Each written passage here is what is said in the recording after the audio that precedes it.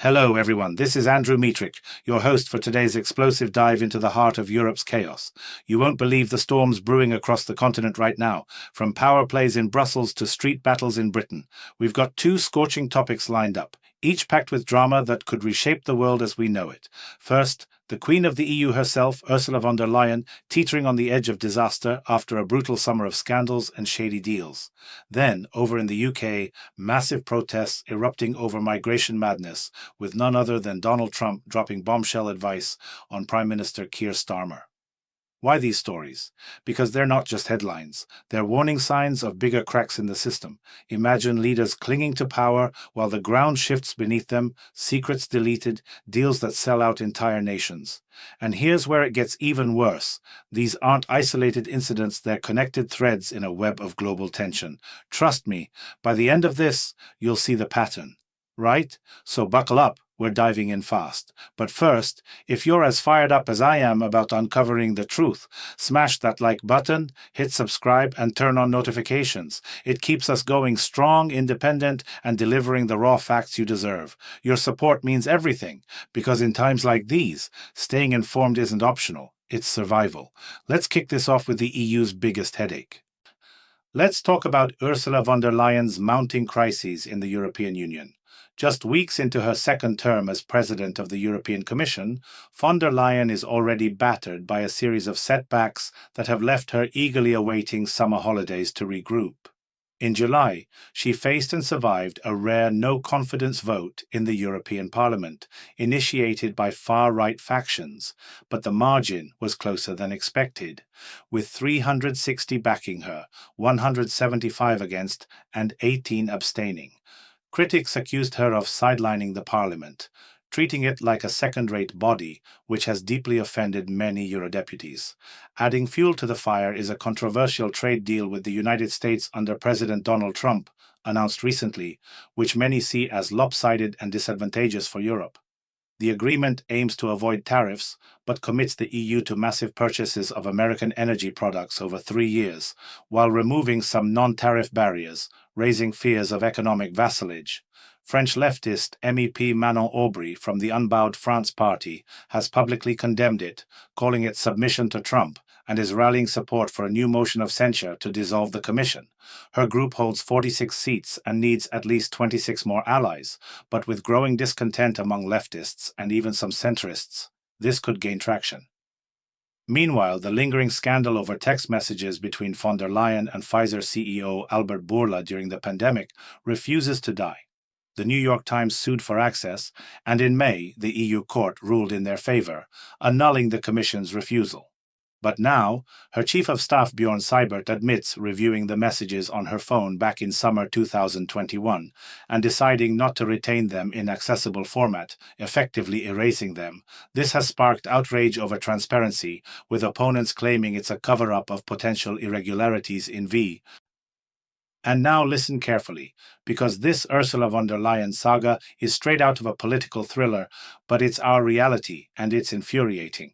Can you imagine, folks, a leader who dodges accountability like a pro, deleting messages that could expose shady backroom deals with Big Pharma? It's outrageous, the sheer arrogance of it all. Seibert just casually admits to wiping those texts, as if transparency is optional in the EU's highest office. You see the pattern, right? It's the same old story of elites protecting their own while the rest of us foot the bill for their messes. And that trade deal with Trump? What a joke. Bending over backward to appease America, committing Europe to billions in energy buys that scream surrender. No wonder Manon Aubry and the left are gearing up for another no-confidence vote, this time uniting forces in a way we've never seen. Left and right teaming up? That's how bad it is. A rare alliance born of pure frustration with von der Leyen's high-handed style. She's treating the parliament like an afterthought, and they're biting back hard. Just imagine that for a second, the so-called guardian of European unity, fracturing it herself through hubris and poor judgment. It makes my blood boil, because if she falls, the ripple effects could hit every corner of the continent, from economic policies to daily lives. Here's where it gets even worse. This isn't just about one woman. It's a symptom of a broken system where power trumps people. What do you think? Is von der Leyen done for, or will she slither through again? Comment below, share your outrage, because we need to talk about this. It's time for real change, not more excuses from the top. Let's talk about the escalating migration protests in the United Kingdom and Donald Trump's pointed advice to Prime Minister Keir Starmer. Tensions have boiled over across England, with anti-migrant demonstrations targeting hotels housing asylum seekers, leading to clashes and arrests. In recent days, 15 people were detained after protests in places like Manchester, London, and Rotherham, where far-right groups rallied against what they call unchecked immigration, demanding stricter policies. Counter-protesters from anti-racism groups showed up in force, facing off in heated standoffs, with police intervening to prevent violence. One flashpoint was a London hotel where asylum seekers even blew kisses at demonstrators from windows, escalating the drama. This surge follows a July incident where an asylum seeker was charged with sexual offences, igniting nationwide unrest. Meanwhile, amid this chaos, President Trump met Starmer at his Turnberry golf course in Scotland last week, offering unsolicited but direct counsel on how to regain popularity and counter Nigel Farage's Reform UK party. Trump advised cutting taxes, limiting illegal migration, fighting crime, avoiding unnecessary wars, and ensuring national stability, claiming these steps would make Starmer the most beloved leader in Britain. The pair discussed trade, Gaza, and Ukraine, with Trump pushing for a brief ceasefire in Gaza and critiquing UK's offshore wind energy while urging more oil and gas exploitation. Starmer defended his positions but complimented Trump, highlighting diplomatic flattery. As protests rage, authorities are accelerating asylum processing to restore order, but critics say it's too little, too late. Adding to the turmoil, Storm Floris is bearing down, with amber warnings for high winds up to 80 miles per hour and heavy rain, threatening transport disruptions and power outages. Oh man, this UK migration mess has me on the edge of my seat. And not in a good way, it's heartbreaking and maddening all at once. You won't believe this. Streets filled with angry crowds, asylum hotels turning into battlegrounds, police hauling people away left and right. It's chaos, pure and simple, with far-right agitators clashing against those standing up for humanity, and innocent folks caught in the crossfire. What do you think?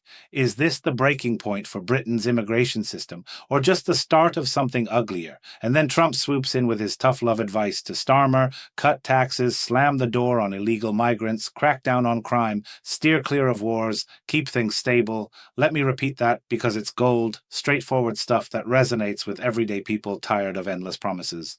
But here's the irony. Starmer's there schmoozing at Trump's golf course, trading compliments, while back home, his country's on fire with protests. You see the pattern, right? Leaders chatting about Gaza ceasefires and trade deals, but ignoring the boiling pot of public fury over migration.